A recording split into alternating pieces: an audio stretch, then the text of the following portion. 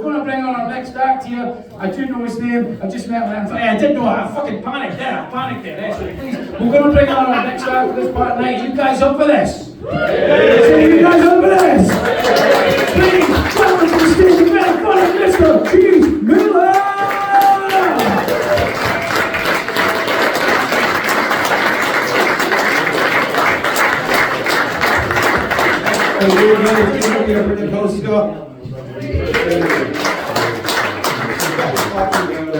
Eastern Europeans coming here and not really understanding what's going on with the accent. I can tell you us Western Europeans from Ireland, we haven't a fucking clue either. I'll tell you a little bit about me. I'm a stylish guy, as you can see. I like to call this look middle-aged lesbian. I'll admit it. The head and the tits are doing a lot of the heavy lifting. I wasn't actually aware of this until last year. I was out at a nightclub with friends, I was dancing, because obviously I'm a jovial guy at dancing.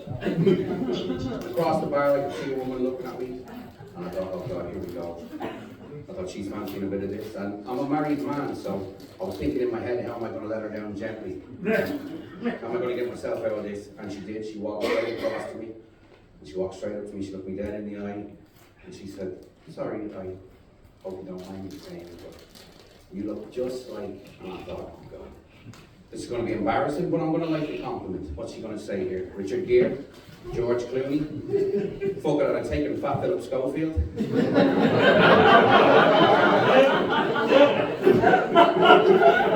But she said, you look just like my gay auntie. And then she asked me if I knew about her gay auntie. It is mad the shit people think that they can say to you and think it's not offensive. Recently a work colleague turned to me and said, Keith, I've been looking at you for years and I finally figured it out. You look just like the kid from Stuart Little if he got fat and fucked up. That's harsh, man.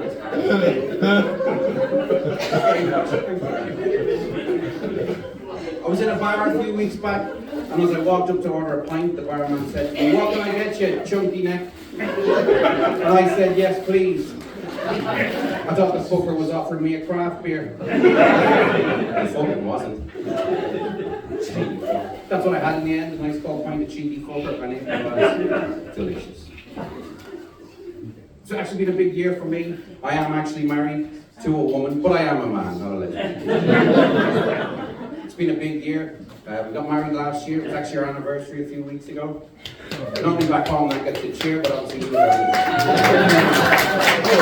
It's been a really big year. There's been some really enjoyable stuff, some not so enjoyable stuff.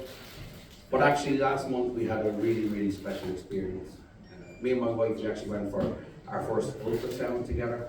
And look, I don't want to be too soppy, but I can honestly tell you it was one of the most special experiences of my life. You know, they did the whole thing with the gel. We looked at the screen and we could see a pulse. It was amazing. It was honestly amazing. At the end, to top things off, the specialist said to us, look, Mr. and Mrs. Millar, everything is as it should be, no problems at all. And then he turned to me and said, look, Mr. Millar, he said, nothing to worry about. That swelling in your left testicle, absolutely fine.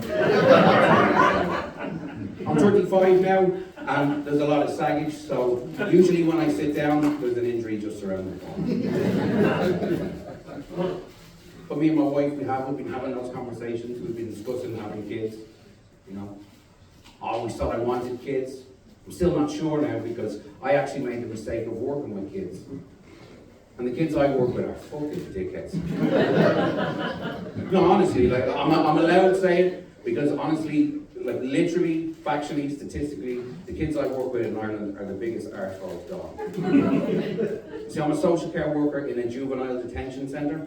That's just a long way of telling you that I'm a prison officer in an underage jail. That's just a really long way of telling you I'm fucking depressed because I get bullied by 16-year-olds. If I could sum up where I work for you, remember that mental kid we all had in our class in school? Remember the kid who used to come in hammered drunk every single day at primary school?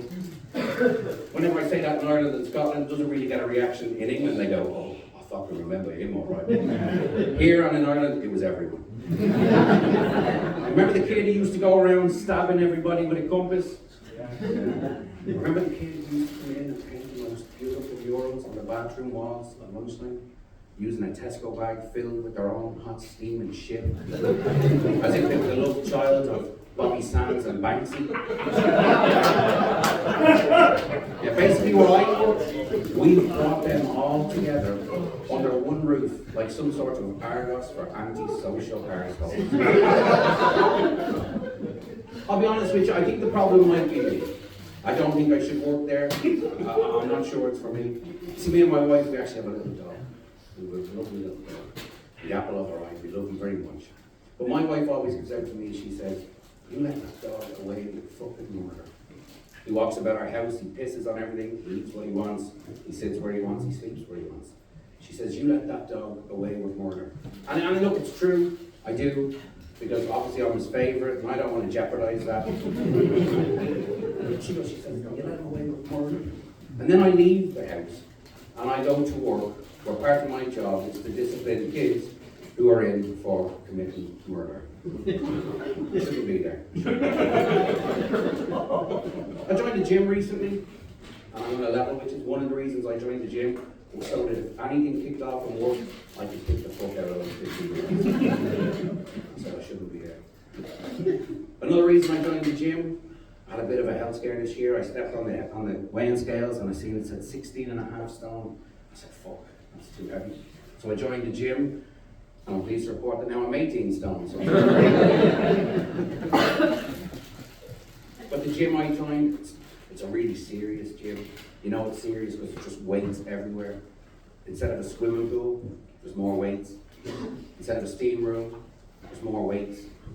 The clientele, it's mainly Polish people and bouncers, and in some cases, Polish bouncers. You know, it's a serious gym because when they came to naming it, they got as far as their gym, and they left it at that.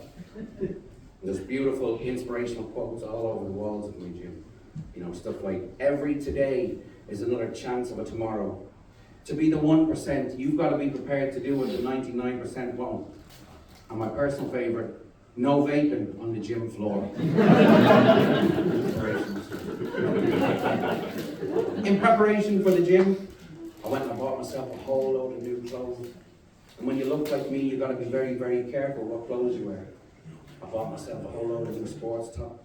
I see one in particular I particularly like. It was bright white, with flashes of yellow, red, green, blue running through it. It was like a Care Bear had been sitting on the jacket, and I fucking loved it. It was amazing. 80s style, I tried it on, fit perfectly, wore it straight home. The minute my kind, loving, tender, parent wife saw me in it, she turned to me and she said, you know who you... Sorry, just to clarify, my wife is actually Spanish, I'm just not good at impressions.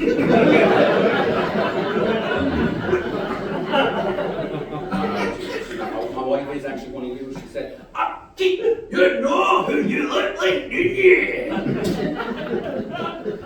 Now, I'll be honest with you. When I bought the jacket, I didn't know who it looked like. When I tried it on, I promise you, I did not know who it looked like. But the minute she said that to me, I knew exactly who it looked like. I turned, I looked in the mirror for confirmation, and there he was staring back at me. Jimmy fucking Savage. I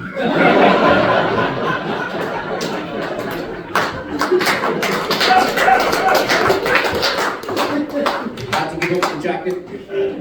I also had to give up the charity fun runs. Volunteering at the local hospital. Just in case. I'm actually a compulsive gambler. I haven't had a bet in 10 years, though everyone can chill out. I'm not going to look for lending money on the way out. It's a really, really shit one. Like, it's really, really boring. Alcoholics, they're having a great time. Drug addicts, I've seen them up there, they're having a great time. Sex addicts, they're definitely having a great time. But what's a compulsive gambler? Addicted to guessing. I'm fucking addicted to guessing. I went through treatment for it, and I finally figured out where it came from. At the age of 7, somebody carelessly gifted me a travel edition of Guess Who. From that moment on, I was full. By the age of 12, I was hanging on dodgy street corners, playing illicit games of Cluedo with the lads. All spirals from there. Yeah, but look, things are going well now, no issues now. There is one little hangover. Look, I still love a guess. If someone asks me to guess anything, I won't let it go until I get it. My mom knows this, and she takes advantage of that as well. The other night I was at home and I got a phone call and I picked it up. My mom said, "Keith, you'll never guess who you are." Be interested. I sat down straight away. I said to my wife, "Grab me a bag of cans there, I'm going to be here a while." Yeah, but ladies and gentlemen, you've been brilliant. I've been Keith Millar. Thanks very much.